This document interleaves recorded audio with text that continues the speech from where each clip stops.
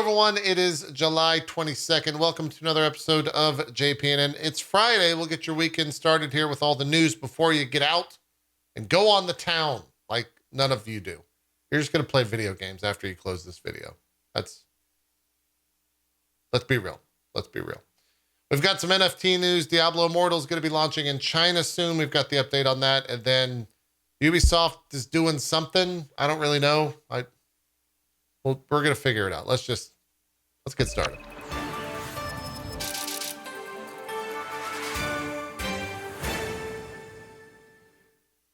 Before any of that, let's get started with a tax filing that Axios.com has reviewed.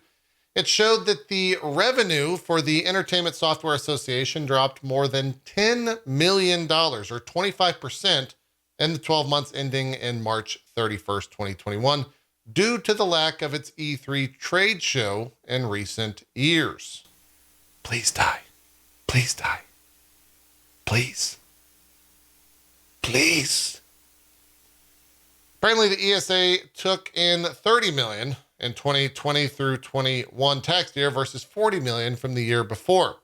It garnered funds through fees to rate games and rising dues for its member publishers.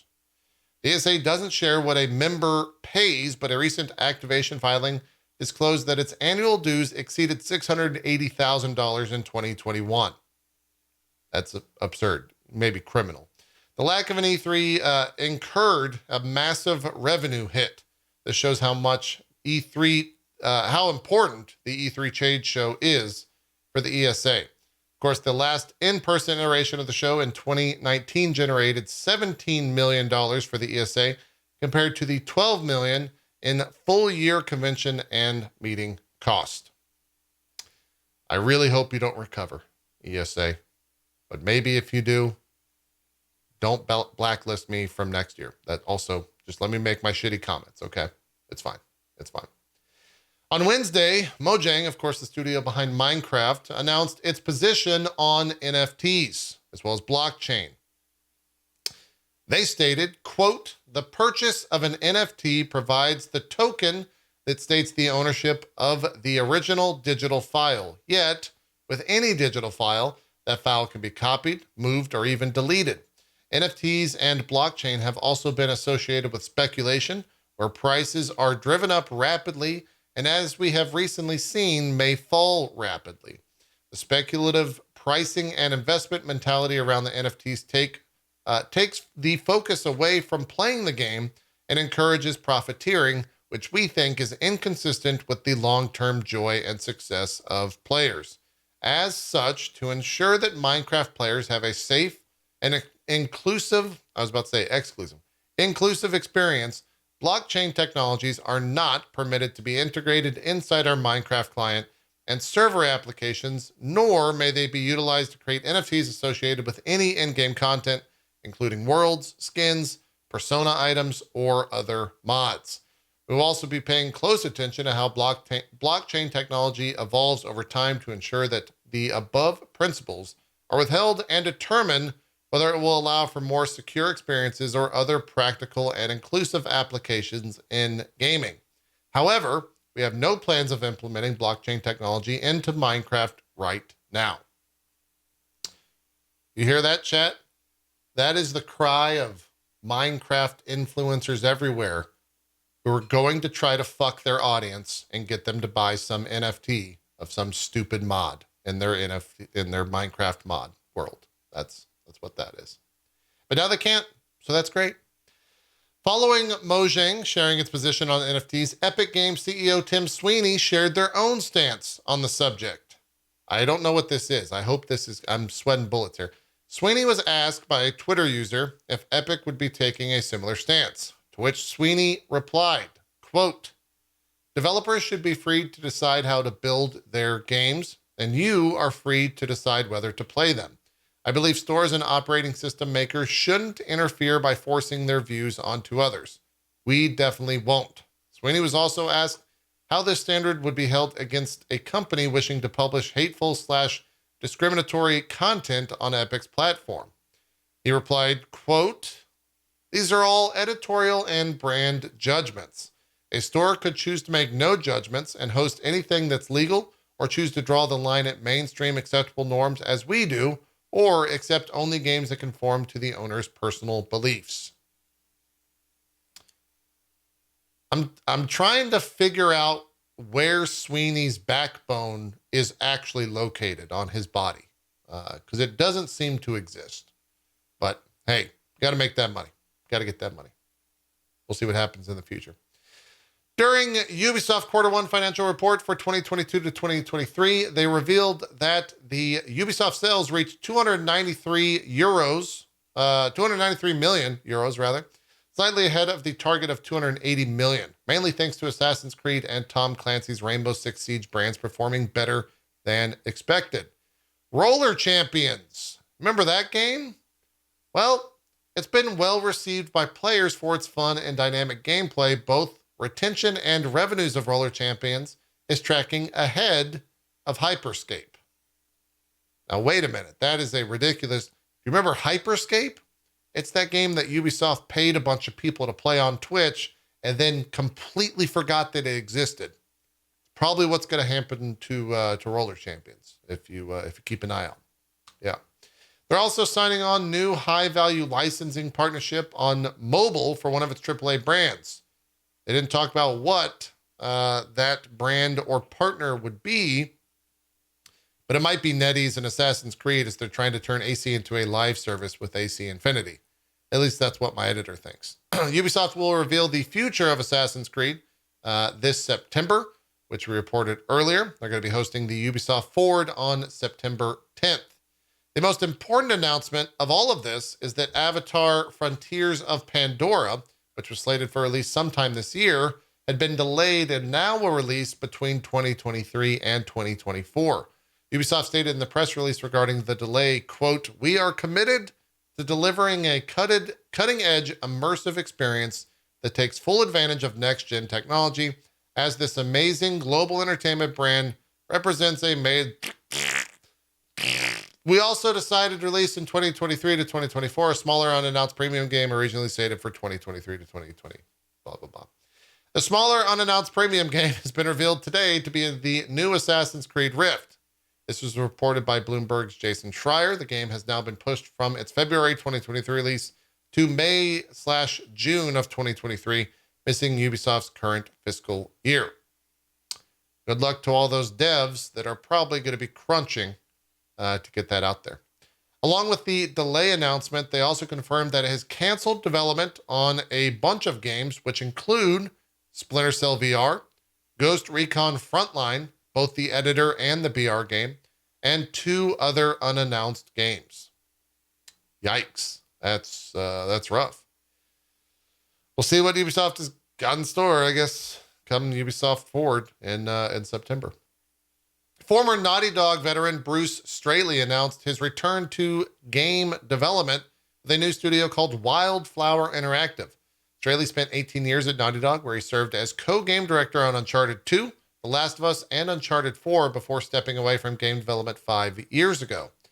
Quote, "In 2017, I left the industry not sure if I wanted to make games anymore," he said in a video announcing his new venture. He goes on, quote, "But the longer I was away, I kept thinking about this medium and everything yet to be done and everything I wanted to do still. And this idea kept following me. So I grabbed some friends and we started prototyping. And the idea started getting good. It started becoming exciting again. And I realized I need to make this game. But if I'm going to make it, if I'm going to make this game, it means I have to build a team. And if I have to build a team, I have to build a company. And well, if we're going to do that, then we have to do it the right way." According to Wildflowers, that's how that all works. That checks out. According to Wildflowers' website, the studio will be making, quote, smallish, creatively charged, uniquely stylized games. I don't know what that means. I guess we'll see what comes out of Wildflower Studios. Moving forward, a job listing on Microsoft is showing that the Coalition is hiring a senior multiplayer designer for Gears of War. This is probably for the upcoming Gears of War 6. It's unannounced, or it could also be for a new Gears mobile game. We'll just have to see what they are planning with that. I promised Diablo Immortal at the start of the show, so let's get into it. NetEase is planning finally to debut Diablo Immortal, the mobile game, in China on July 25th. That's 3 days from now. It's a month after the highly anticipated title was originally scheduled to launch in the world's biggest gaming market. NetEase has the go-ahead to release the game. It co-developed with Blizzard Activision.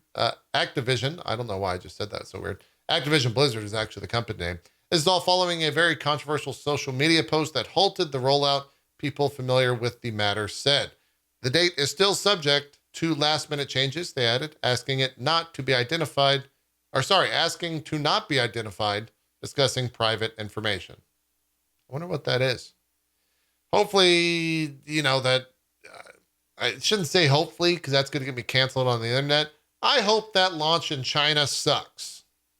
Now we're going to win them over. There you go. Good job, JP. EA has confirmed that FIFA 23 will not have the Russian team or Russian clubs in it.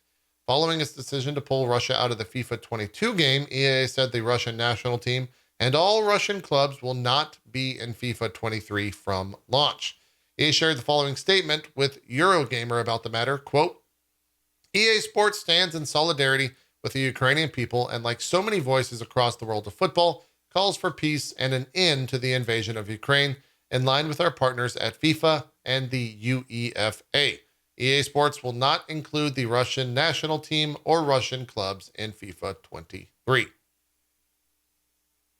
Today, Guerrilla announced that it will be shutting down the online servers for Killzone Mercenary, Killzone Shadowfall, including Intercept Mode, and Riggs Mechanized Combat League. Remember that? Online features, including online multiplayer modes, on the 12th of August. Single-player offline modes will remain available. The 5 people still playing all those games are very upset. Sucker Punch has announced that Cole's Legacy DLC for Infamous Second Son is now available on the PlayStation Store, quote, with no charge in most regions except those that require a small fee due to local restrictions. What? Okay. We got some reviews out for Live a Live or Live Alive or Live a Live. I don't know how the fuck to say this game's name. But the game is out. And the reviews, Destructoid, 8 out of 10, GameSpot, an 8 out of 10, Game Informer, a 9 out of 10, IGN, a 9 out of 10, surprise there. Eurogamer recommends it, 48 critics on Metacritic and 82, and 31 critics at 81 over on The Old Open Critic. We got some free games on Epic going into the weekend. Until July 28th, you can pick up World War I Tannenberg, Shop Titans, and then on July 28th until August 4th, Lawn Mowing Simulator. They make a fucking simulator. Here's some fun bit of news so everyone can laugh at Square Enix again. They have announced a Final Fantasy VII Cloud Strife figure. Now, that's not the funny part.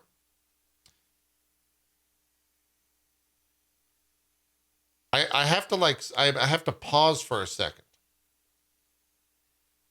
The company is just selling figures of its own product, right? But here's the twist.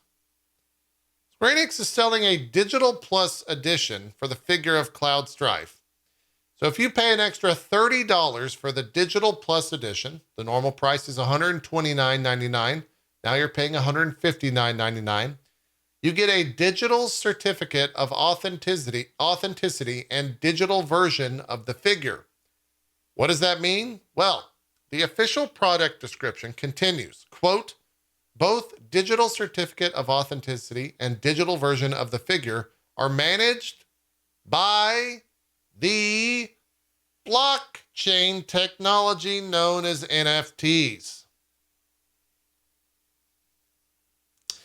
The digital certificate of authenticity provides proof of authenticity for your original purchase of the figure. The digital version of the figure can be enjoyed on your smartphone or through your PC via a dedicated website. We're not done yet, chat. The figure's pre-order page also includes a lengthy caution before purchasing.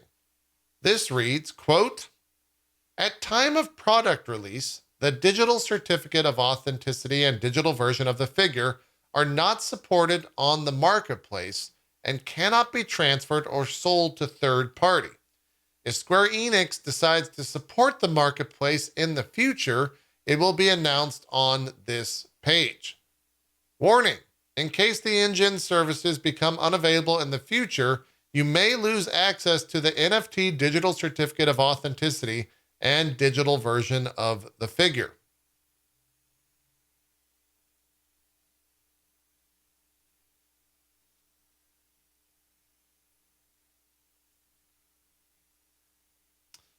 Got a couple rumors going into the weekend.